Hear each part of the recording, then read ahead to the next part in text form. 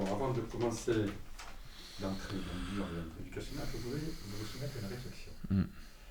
Quand on m'a proposé, parce que quand il y a une idée, comme je vous dis, c'est qu'on Oui. m'a proposé ce sujet, Oui. je connaissais rien, simplement, je croyais qu'on avait tout dit dans le titre, Mm. la nuit des longs couteaux. Mm.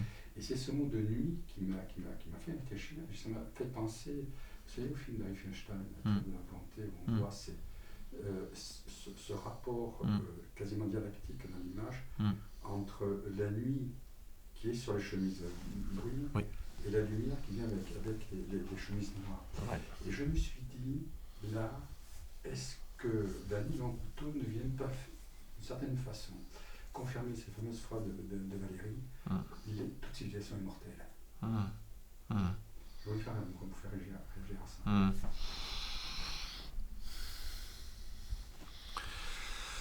Alors le thème de la nuit est très important chez les nazis. Les nazis s'auto-représentent souvent sous la forme de Prométhée. Prométhée, le porteur de lumière, celui qui apporte la lumière du savoir, de la science, de la connaissance et de la liberté. Le jeu sur la nuit est permanent chez les nazis. Les défilés au flambeau, c'est ça. C'est montrer une communauté du peuple, la Volksgemeinschaft, enserrée par la nuit, mais libérée par la flamme du savoir nazi. Donc la nuit est omniprésente chez les nazis, à la fois comme thème, on va dire, historique. Il s'agit de se libérer de la nuit qui a opprimé le peuple allemand, la nuit du non-savoir, la nuit de l'ignorance. Et les nazis apportent le savoir libérateur, c'est-à-dire le savoir biologique, le savoir de la race. Ensuite, la nuit a une importance, on va dire, utilitariste en termes de mise en scène. Hitler thématise ça beaucoup dans Mein Kampf, quand il dit que c'est la nuit que l'on peut le plus facilement agir sur les esprits et les intelligences des gens, puisqu'elles sont mises en veille à ce moment-là. C'était d'autant plus paradoxal pour moi que ce nom de nuit désignait une action qui s'est passée le jour. Parce qu'en gros, pratiquement toutes les actions de la nuit de Longoto sur 3 jours, se passent le jour. C'est vraiment cette espèce de thème de la nuit qui ne cache pas. On ne cache pas, mais il y a une résonance quasi mystique. Les grands saints, ils ont parlé de la nuit mystique. Oui. Alors, on parle de nuit des longs couteaux parce que de fait, le début de l'action, c'est au tout petit matin, au moment où le jour n'est pas encore levé. Et par ailleurs, la nuit renvoie à une autre symbolique attachée au nazisme, qui est celle du gangstérisme. Les bandits frappent la nuit. Les grands criminels frappent la nuit, au moment où on ne s'y attend pas, au moment où les défenses sont les plus faibles. Et c'est pour ça que cette séquence d'événements qui se déroule sur 3 jours, et à vrai dire plus de manière diurne que nocturne, cette séquence-là a gardé ce nom de nuit des longs couteaux, non seulement en référence au début de l'action, dans la nuit de cet hôtel, mais également parce que la nuit est attachée à la symbolique du nazisme de l'extérieur. Est-ce qu'on sait qui a donné ce nom de nuit des longs couteaux ? Ça, j'en ai aucune idée, justement. Il n'y a aucun historien qui peut me le dire. Non, aucune idée. Alors, il y a ce chant traditionnel que chantaient les SA qui dit, j'ai vu des paroles, c'est nous aiguiserons nos longs couteaux sur les trottoirs pour égorger des prêtres. Oui. Les prêtres, les juifs, les communistes, etc. Oui. Bon, on va... dans ces années 30, je pense que c'est à la suite du coup de l'État manqué de Varsovie, Hitler comprend que, peut-être contrairement à c'est bien une première position avec Rome, que pour arriver à la dictature, on n'arrive pas à la dictature par les armes. On déplace le combat sur le plan électoral. Alors comment, ça, vous allez réagir à ça, mais comment expliquer qu'en 3 ans, il le gagne ce combat électoral ? C'est quand même une fulgurance. Alors c'est en 5 ans, on va dire, depuis 28.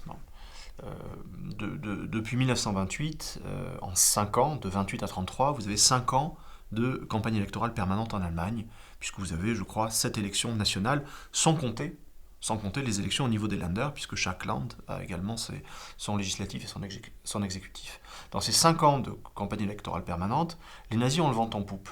pour des raisons structurelles qui sont bien identifiées. La crise économique qui entraîne la crise sociale, qui elle-même est concomitante de la crise politique. Bon, tout ça c'est très connu. Mais aussi parce que les nazis ont vu le moment, le kairos, le moment à saisir pour arriver au pouvoir. Et ce moment-là, ils l'investissent avec toutes les techniques les plus modernes de ce qu'on appelle la propagande politique à l'époque, qui est elle-même indexée sur la réclame, ce qu'on appelait la réclame, des produits de consommation. Utilisation de l'avion, de la radio, de l'affiche, du spectacle, du meeting, etc. Et tout cela est admirablement mené et parfaitement en appui d'un message que les Allemands veulent entendre à l'époque. Le message des nazis, c'est un message de promesse et de promesse de libération. Freiheit und Brot, la liberté et le pain. La liberté, c'est-à-dire le fait que l'Allemagne va être à nouveau une grande puissance, à égalité des autres grands pays occidentaux, elle ne va plus être asservie par le traité de Versailles, la liberté, et le pain, c'est la prospérité, le retour à la prospérité économique. La thématique du pain est très importante parce qu'elle est très concrète. En Allemagne, on meurt de faim à cette époque. À l'été 1932, vous avez un retour de la famine en Allemagne qui rappelle de très mauvais souvenirs, ceux de la guerre et ceux des années 1840. Donc les nazis ont un discours que les Allemands veulent entendre à l'époque et qui est reçu comme tel et qui explique en grande partie leur progression électorale fulgurante de 2,5% en 1928 jusqu'à quasiment 40% à l'été 1932. Je veux revenir sur cette notion de ce thème de liberté. Ce dont vous parlez là, ce n'est pas de la liberté occidentale, enfin, la notion occidentale de liberté individuelle. Il ne propose pas la liberté individuelle, et qui est d'ailleurs, à mon avis, qui est très prématurée. Oui, oui. On est dans un autre monde aujourd'hui. C'est difficile à comprendre ça. Mais la liberté, ça veut dire la liberté de faire ce qu'on veut pour faire une grande Allemagne, et quitte à la mettre au pas. Oui. Alors, quand les nazis parlent de liberté, ils n'ont pas de référent individuel. Le fondement de leur réflexion, le principe et la fin de leur action politique et de leur réflexion politique, ce n'est pas l'individu, c'est la communauté.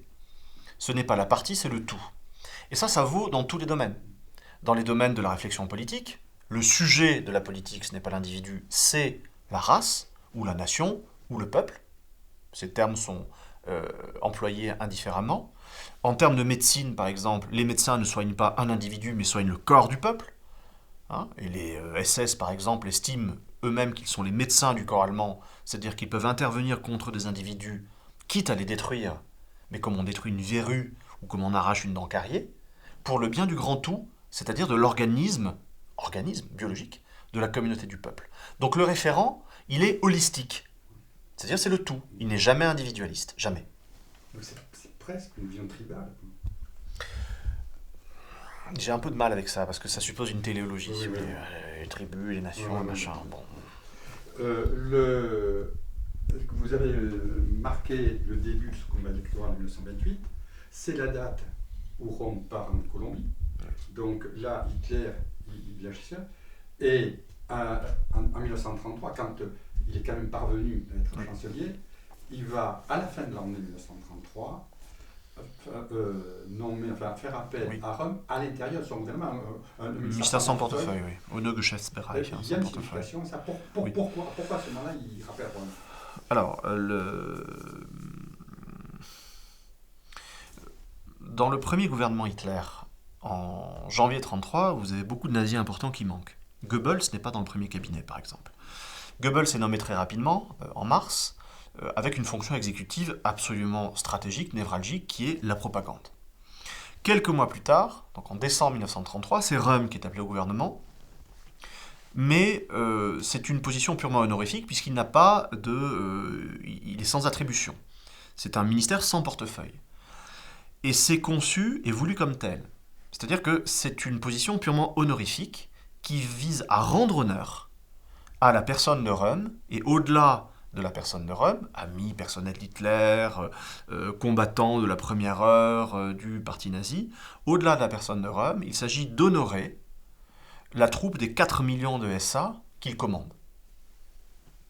Est-ce que en 1931, il y a cette crise de la révolte de Staline? C'est 30, oui, je t'ai dit. Là, est-ce que la vision de Patin, c'est de dire, c'est une répétition, en gros, avant de la nuit des longs couteaux. Absolument. Mais ce qu'on ne comprend pas, moi, la question que je lui ai posée, à laquelle il n'a pas pu répondre, c'est pourquoi Hitler, connaissant Röhm, va mettre Röhm à la place de... Enfin, pas tout à fait, mais il va... C'est un subordonné, hein, oui, mais enfin, il sait qu'il fait rentrer un loup dans le baraque de... Pas vraiment. Alors ça suppose de parler aussi de l'ASA, de son positionnement politique. L'ASA pose problème à la direction du parti. Il y a une première crise qui se déroule en 1930-1931, qui se déroule à Berlin, dans la SA de Berlin, qui est une SA très remuante, parce que très prolétarienne, et très axée sur des valeurs d'égalité, de justice sociale. Autrement dit, c'est l'aile gauche du parti nazi, l'aile prolétaire, qui a investi la SA de Berlin, qui se révolte contre la direction du parti qui est à droite toute, et qui s'est totalement aligné sur les intérêts, on va dire, de la banque, de la finance et du grand capital industriel.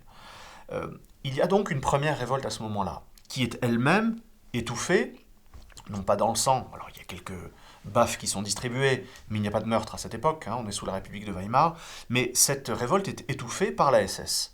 Et c'est à ce moment-là que la SS gagne son crédit auprès d'Hitler, ainsi que sa devise. La devise de la SS, elle date de l'épisode de la révolte de la SA de 1930-1931. Notre honneur s'appelle fidélité.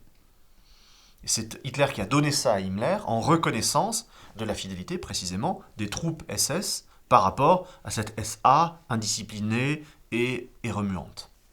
Juste, c'est une petite parenthèse que j'ai fait sur ces devises. Je sais pas, c'est presque personnel, si vous allez me confirmer ça ou pas.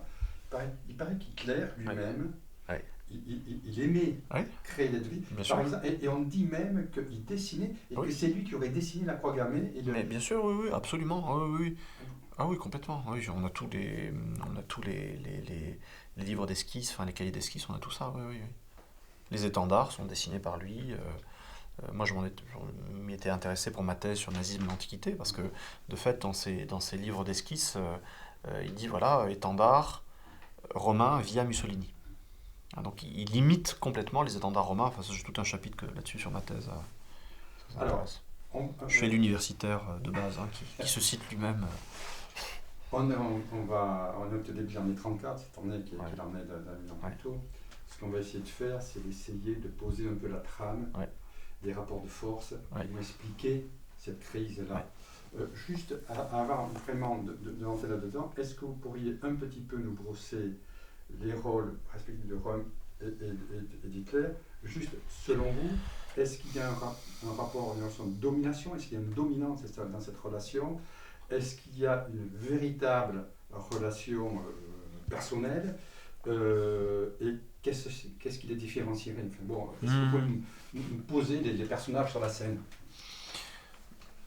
Alors, on a souvent dit que Ernst Röhm était le seul véritable ami d'Hitler. Alors, je ne pense pas qu'on puisse, avec une personnalité aussi maniaque, paranoïaque, mégalomaniaque, obsessionnelle et égocentrique qu'Hitler, parler d'amitié.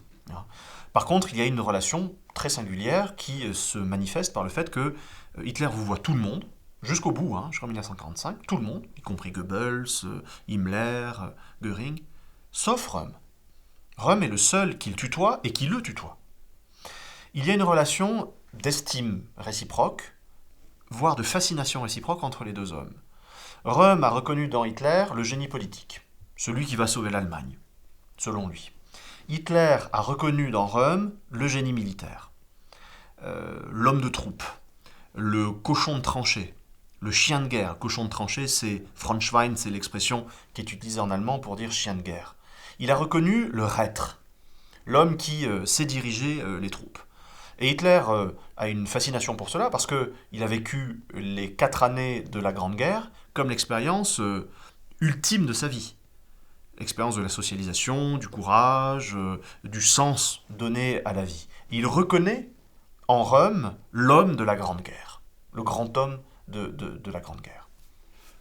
Longrich m'a dit et il l'a dit, donc il l'a dit publiquement dans une interview, que dans l'affaire du push raté de la brasserie de Munich, c'est très certainement Röhm qui a entraîné Hitler dans cette aventure. Oui, c'est possible ça. Oui, ça c'est possible. Je ne pourrais pas vous le dire, hein, mais c'est possible. Est-ce qu'on peut certainement Hitler, il avait chocotte. Hein. D'ailleurs, il s'est barré en taxi tout de suite. Hein.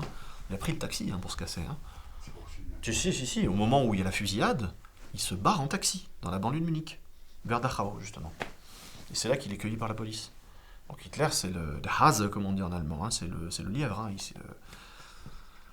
Alors, est-ce que dans la position que vous faites, que vous venez de faire entre Röhm et Hitler, est-ce qu'on peut pas dessiner déjà une ligne de rupture entre le militaire qu'est Röhm, qui restera toujours un peu putschiste dans l'âme, et Hitler qui est le vrai politique, qui sait qu'il faut faire des compromis, le grand homme politique, c'est celui qui fait des alliances et des compromis, que Röhm ne peut pas accepter. Est-ce que cette ligne-là, elle ne va pas vraiment se creuser dans les situations différentes qu'on va avoir en 1934 jusqu'à cette crise? Oui, alors entre Röhm et Hitler, malgré tout ce qui les unit, il y a des vrais hiatus, il y a des vraies fractures. Et alors, il y a une fracture idéologique, politique, en termes de finalité du combat politique et d'avenir de l'Allemagne, mais il y a aussi une fracture d'ordre pragmatique, pratique. Hitler est effectivement celui qui a tiré les leçons du putsch raté de 1923 et qui dit à son appareil que jamais, au grand jamais, on arrivera à prendre le pouvoir par les armes. Il faut adopter une tactique qui n'est qu'une tactique d'ailleurs, parce que la finalité est subversive, mais la tactique est électoraliste, légaliste. De l'autre côté de la fracture, vous avez un Ernst Röhm qui n'est pas un politique, qui reste un militaire, qui reste un reître, qui reste un chien de guerre et un homme d'action, et qui estime qu'il n'y a que l'action directe qui puisse aboutir à des résultats politiques. Et de fait, il est confirmé dans ses intuitions par la séquence, on va dire, 1932-1933. Quant à l'été 1932, le parti nazi devient le premier parti d'Allemagne, avec 37% des voix et 230 députés. La logique parlementaire d'une république comme la République de Weimar voudrait que Hitler soit appelé à la chancellerie, ce qui n'est pas le cas, parce que de fait, la République de Weimar ne fonctionne plus de manière parlementaire, mais de manière présidentialiste. Cet épisode de l'été 1932 signe une cassure nette entre Hitler, qui poursuit la tactique légaliste, et Röhm, qui dit « Bon, on est arrivé au bout, on est arrivé à l'acmé de notre progression électorale, on n'ira vraisemblablement pas plus loin, maintenant il faut passer à l'action. » Et il y a une véritable crise à l'été 1932, crise, on va dire, d'appareil, mais crise également d'individus, des accords profonds, entre un Röhm qui piaffe véritablement dans son étable, et qui a derrière lui la poussée de 3 millions d'hommes, et d'un appareil SA qui le suit sur sa ligne activiste, et un Hitler qui temporise et qui a peur, au fond, de réitérer 9 ans plus tard le fiasco de 1923. Et est-ce qu'il n'y a pas, sur un point, dans cette différence que vous faites entre l'action militaire, enfin la vision putschiste militaire de Röhm et la vision purement politique militaire, du point de vue de Röhm, est-ce qu'il n'y a pas quelque chose de vertueux symboliquement dans l'acte militaire qui est purificateur, alors que dans l'action politique, on se salit les mains? Vous comprenez ce que je veux dire? Oui. Oui, alors c'est complexe parce que... Au fond, pour Röhm, il y a une vertu militaire qui lave de tout, quoi. Oui. De tous les crimes. Alors, la question est complexe parce que dans le discours, Hitler valorise éminemment l'éthos militaire. D'ailleurs, c'est pour ça qu'il est en uniforme et c'est pour ça qu'il se fait appeler der Führer. Der Führer, c'est un terme générique qui désigne l'officier, quel qu'il soit, quel que soit son grade, de l'adjudant jusqu'au maréchal. C'est un terme militaire qui est ouvertement employé et sciemment employé par Hitler. Il reste que Hitler, dans sa pratique de chef de parti, adopte un ethos politique. Évaluation des forces en présence, calcul des stratégies et des tactiques, évaluation des alliances possibles. Alors que Röhm reste un chien de guerre, reste un homme pour qui la source légitime du pouvoir reste l'ordalie militaire. Cette ordalie, elle a été perdue en 1923, mais il estime que, dans le nouveau contexte de l'Allemagne, la crise de l'Allemagne à la fin des années 20, cette ordalie peut être remportée par le fer et par le sang.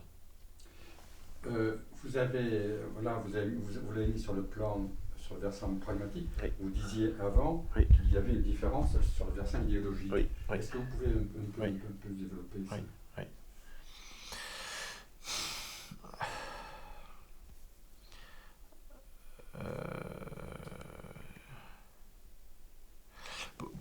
Pour la différence idéologique qui existe entre Hitler et Röhm, il faut revenir à la Grande Guerre, à la Première Guerre mondiale. Röhm a été un véritable chef de troupe. Il a terminé la guerre avec le grade de capitaine. Et pour lui, la fraternité des tranchées n'est pas un vain mot. La solidarité du groupe primaire de combat, égalitaire devant la mort, égalitaire devant la blessure et la mutilation, ce n'est pas un mythe, c'est un fait. Et c'est en respectant cette fraternité des tranchées, fraternité égalitaire, que Röhm a pu avoir du succès attesté par l'estime de ses subordonnés, un succès comme chef militaire. Hitler n'était pas un officier, ni même un sous-officier, c'était un caporal, c'était un homme de troupe du commun. Il a vécu cette solidarité des tranchées, mais qu'il a interprétée de manière très narcissique, comme d'habitude, comme étant la reconnaissance sociale dont il avait besoin et qu'il attendait. Autrement dit, au sortir de la guerre, vous avez un Hitler qui a bien perçu l'intérêt, idéologique et propagandistique du thème de la fraternité des tranchées, alors que pour Röhm, c'est une réalité tangible. Et au cours des années 20, le fossé va s'agrandir entre les deux hommes d'un point de vue idéologique. Entre un Hitler qui a compris que, après l'échec de 1923, pour accéder au pouvoir, il fallait avoir le soutien des élites, militaires, policières, diplomatiques, financières, industrielles, et un Röhm qui estime que le peuple allemand est un peuple égalitaire qui vient de la démocratie des forêts chantée par les anciens, etc. Cette démocratie des forêts a été raffermie par l'expérience de la Grande Guerre, la fraternité des tranchées, et que ce n'est pas un vain mot. Donc il y a une divergence croissante entre un Hitler tacticien et au fond très à droite depuis longtemps, et qui, dans sa pratique politique, de son idéologie, approfondit le sillon de droite, et un Röhm qui estime qu'il n'est pas de gauche du tout, parce qu'il reste un nationaliste, un raciste, un antisémite convaincu, mais qui estime qu'au sein de cette communauté élue, qu'est la communauté du peuple allemand, il doit y avoir une égalité en acte par une politique sociale réelle. Et ça, c'est une véritable divergence qui devient de plus en plus gênante au fur et à mesure qu'Hitler a de plus en plus besoin des élites. Les élites allemandes s'effraient, et à juste titre, des projets égalitaristes, révolutionnaires, disent-ils, rouge-brun, disent-ils, bolcheviques, dit-on également, d'un Ernst Röhm qui veut une révolution sociale à l'intérieur du peuple allemand. Autrement dit, pour lui, janvier 1933, l'accession des nazis au pouvoir n'est pas une fin en soi, c'est une étape vers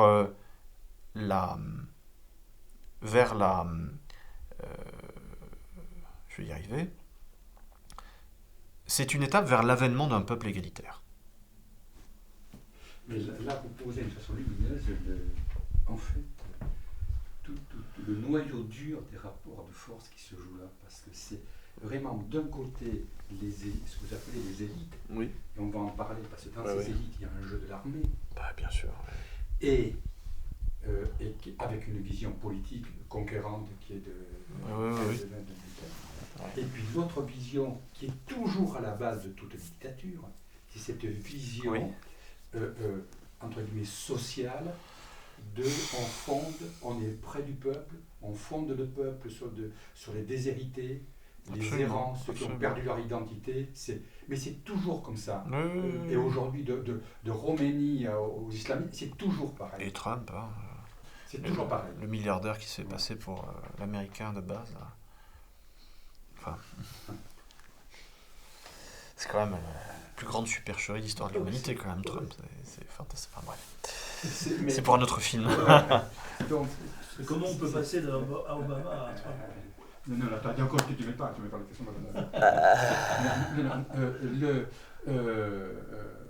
Oui, c'est ce que cet enjeu-là, il est tel que vous le posez, et c'est vraiment d'un côté ce gouvernement qui repose, parce qu'en fait, est-ce qu'on ne peut pas le poser autrement, cette question, c'est là où je voulais en venir. Oui. Est-ce que Hitler n'est pas là pour sauver quand même l'effort de l'ancien monde, les forces conservatrices, parce qu'il sait que et que l'autre, il est quand même, même si c'est un renouveau fallacieux, c'est quand même pour un renouvellement, ce qu'il appelle la révolution. Bien sûr. Donc il y a l'enjeu entre l'ancien et le nouveau monde. Là. Absolument.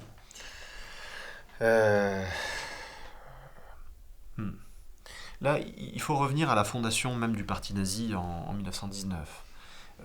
Le DAP, qui est la structure qui précède le NSDAP, a été fondé comme un dérivatif. Un dérivatif qui devait conduire les masses prolétaires tentées par l'internationalisme révolutionnaire, la révolution soviétique, hongroise, berlinoise, vers l'idéologie et le camp nationaliste.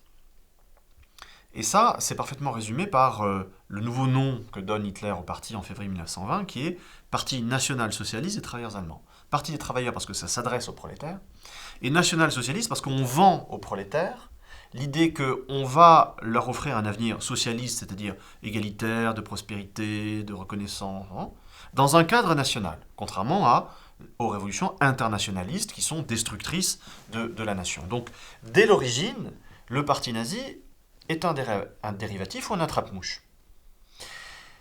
Sauf que, au sein même du parti nazi, vous avez des gens comme Ernst Röhm, mais pas que, les frères Strasser, etc., qui prennent très au sérieux l'élément socialiste du national-socialisme.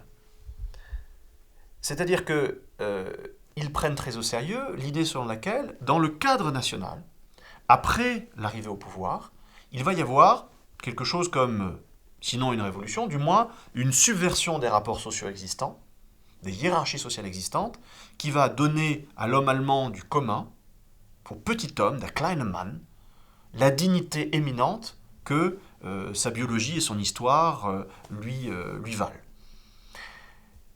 C'est pas du tout le cas d'Hitler. Hitler estime qu'il faut continuer sur ce leurre, sur cette politique du leurre, cette politique de la dérivation.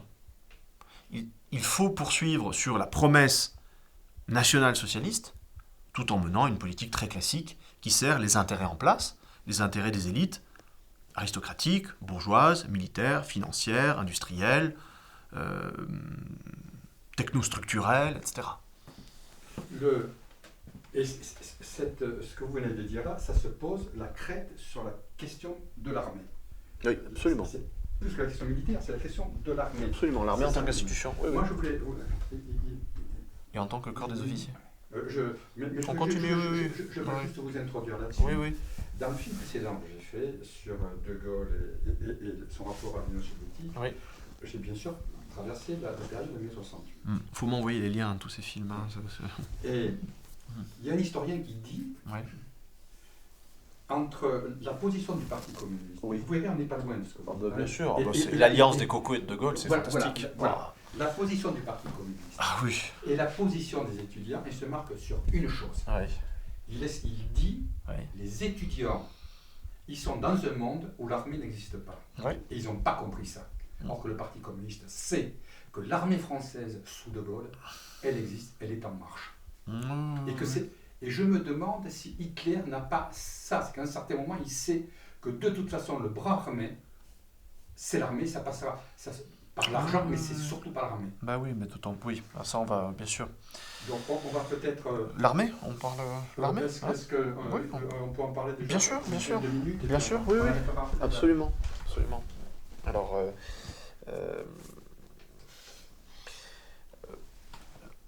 Röhm est allé beaucoup trop loin dans ses prétentions.